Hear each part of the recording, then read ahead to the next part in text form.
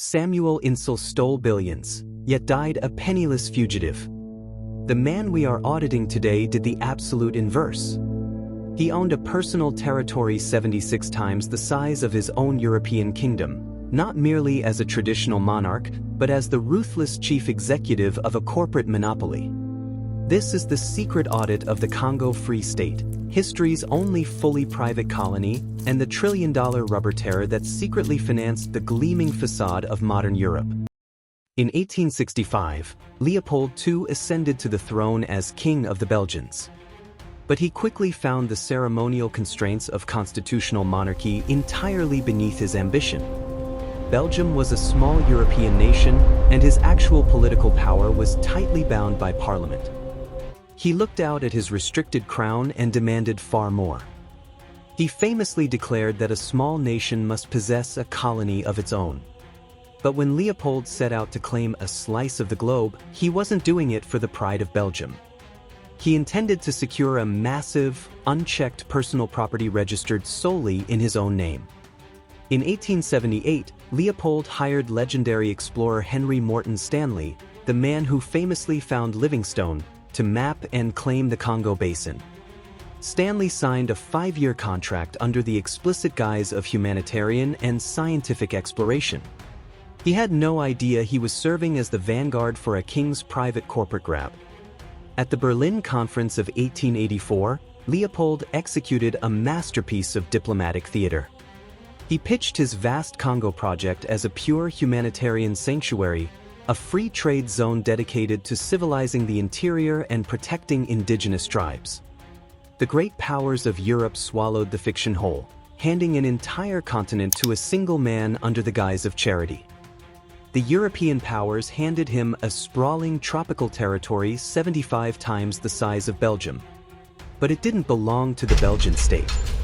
It was legally registered as his personal, private property, an absolute monarchy of land and labor answering to no parliament, no laws, and no one except the king himself. The Congo Free State functioned as a ruthless corporate enterprise, with Leopold as its sole and absolute shareholder.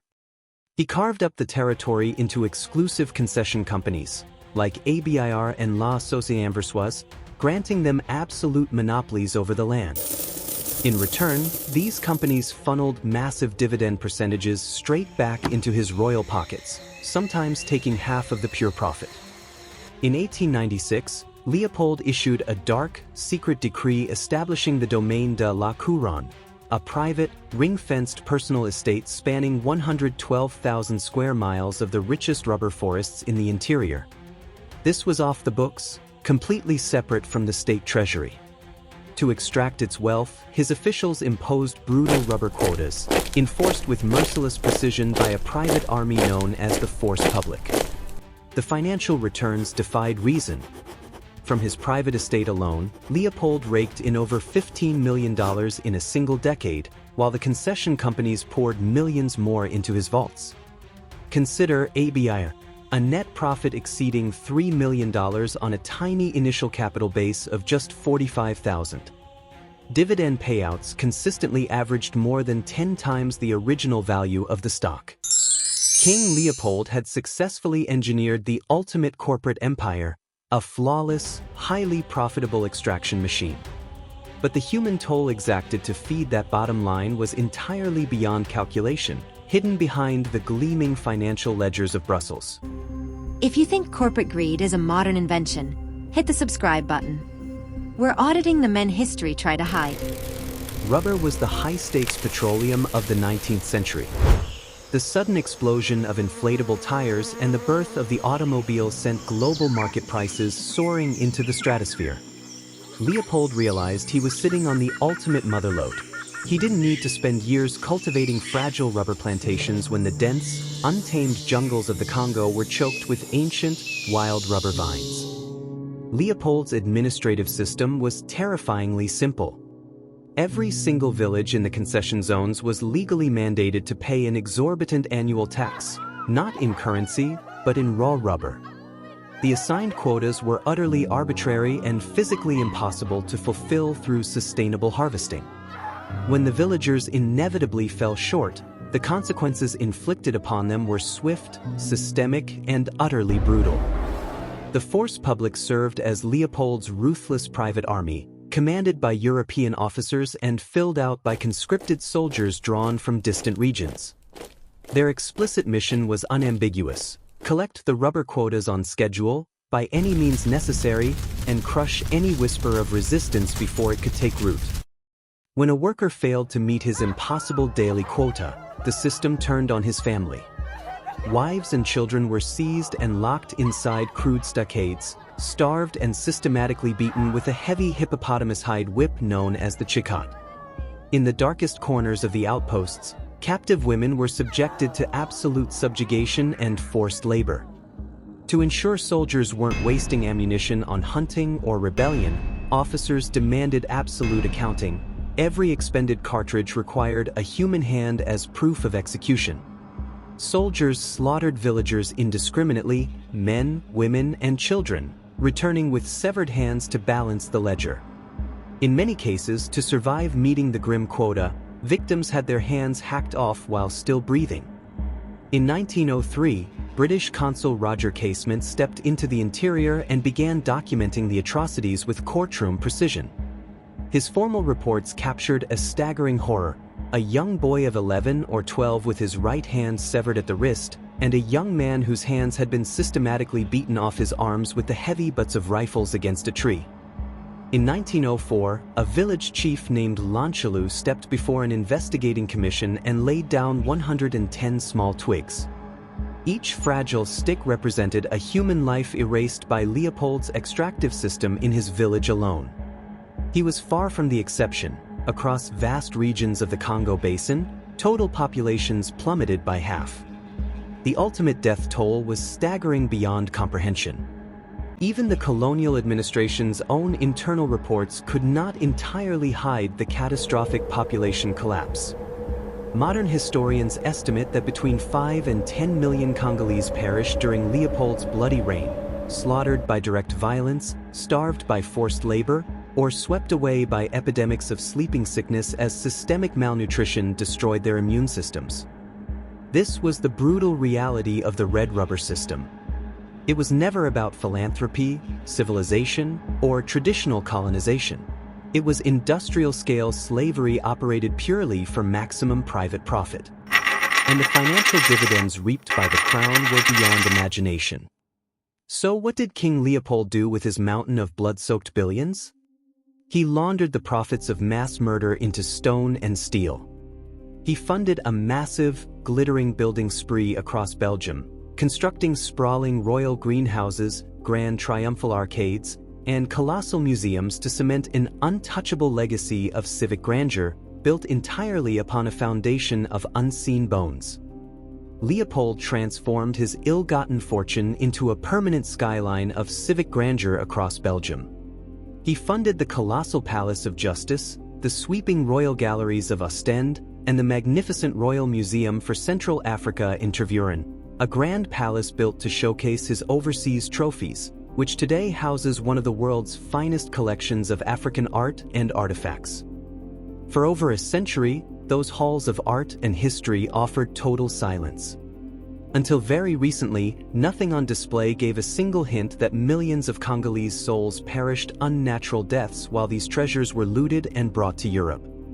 It was as if there were a museum of Jewish art in Berlin that made no mention of the Holocaust. He didn't just build monuments in stone, he bought a lavish lifestyle across the continent, acquiring sweeping villas on the sun-drenched French Riviera and prime real estate from Paris to Brussels. To protect his astronomical investments, he funneled a fortune into a vast, corrupt press bureau, a sophisticated global propaganda engine engineered explicitly to buy silence, smear his critics, and maintain his immaculate reputation before the world. The press bureau operated as a relentless ideological machine. It quietly subsidized European and American newspapers, paid off compliant writers, and distributed carefully crafted books, like Wellington Wax, the story of the Congo State, directly to schools and public libraries across the United States. Its mission was absolute: Indoctrinate readers to believe that Leopold was nothing less than a self-sacrificing humanitarian and a benefactor of the human race. One contemporary journalist captured the staggering scale of the deception, calling it the most stupendous system of advertising and hypocritical double-dealing that history can show. Leopold was far more than a traditional monarch. He was a ruthless corporate CEO, running what was arguably the most profitable and bloodiest enterprise in history. He mastered public relations, weaponized propaganda, and spent millions hiding the human cost of his empire. But the truth has a stubborn way of breaking through the heaviest vaults. Did Leopold build Europe, or did he dismantle Africa? I want to see your verdict in the comments. Is he a king or a criminal?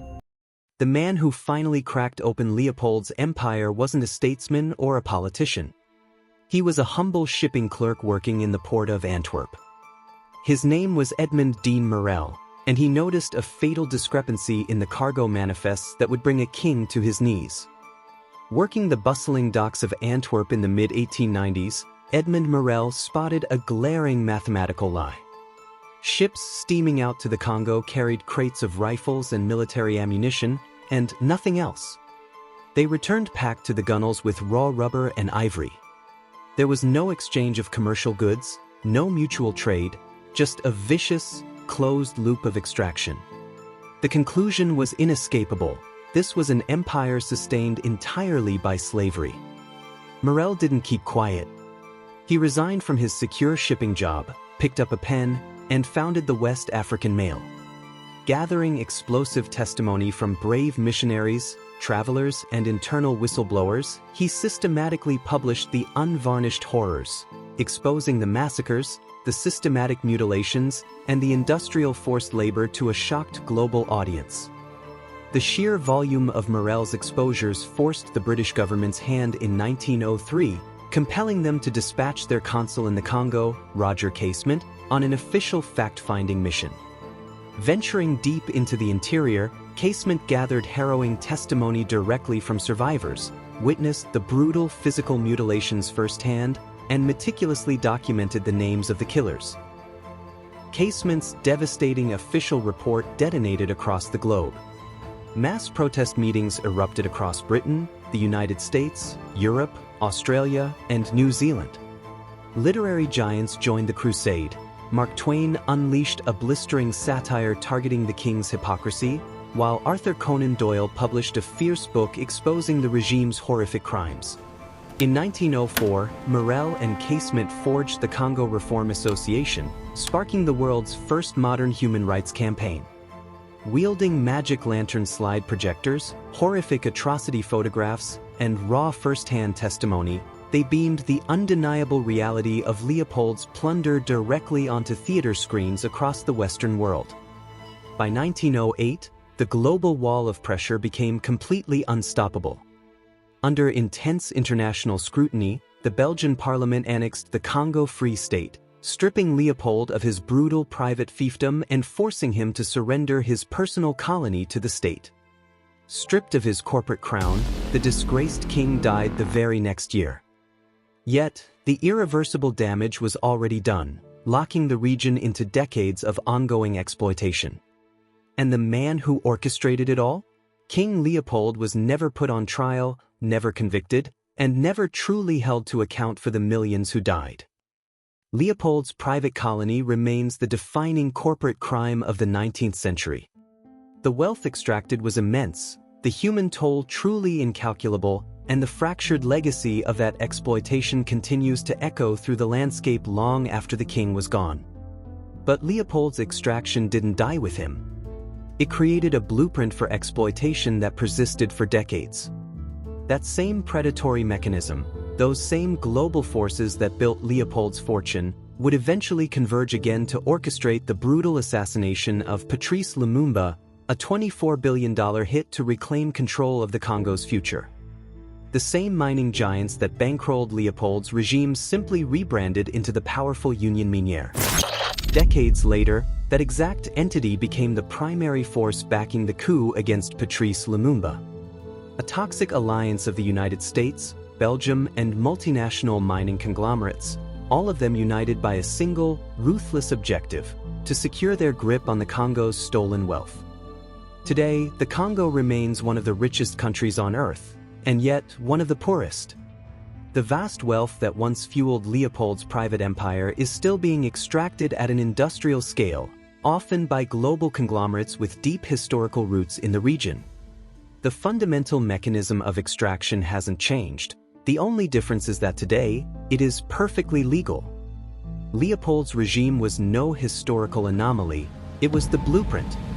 It was a corporate entity with a single, untouchable shareholder, designed to extract raw wealth by the ton while destroying lives by the million, all while shielding its atrocities behind a thin, carefully cultivated mask of international philanthropy. Was Leopold a king or a criminal? The historical evidence is absolute. He was never a true monarch, he was a thief.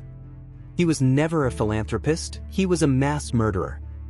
His only lasting legacy is the mountain of suffering he inflicted upon a nation, and the stolen wealth that still haunts the global economy today. The ledger of the Congo Free State eventually closed, but the accounts were never truly balanced. Leopold II didn't just build a colony. He engineered a blueprint for resource extraction that the world is still following today. This was the first corporate crime of the modern age, a trillion-dollar monopoly hidden behind the civilizing mask of a king. But history has a way of balancing the books. Leopold's extraction set the stage for a new kind of intervention, the $24 billion hit we saw decades later.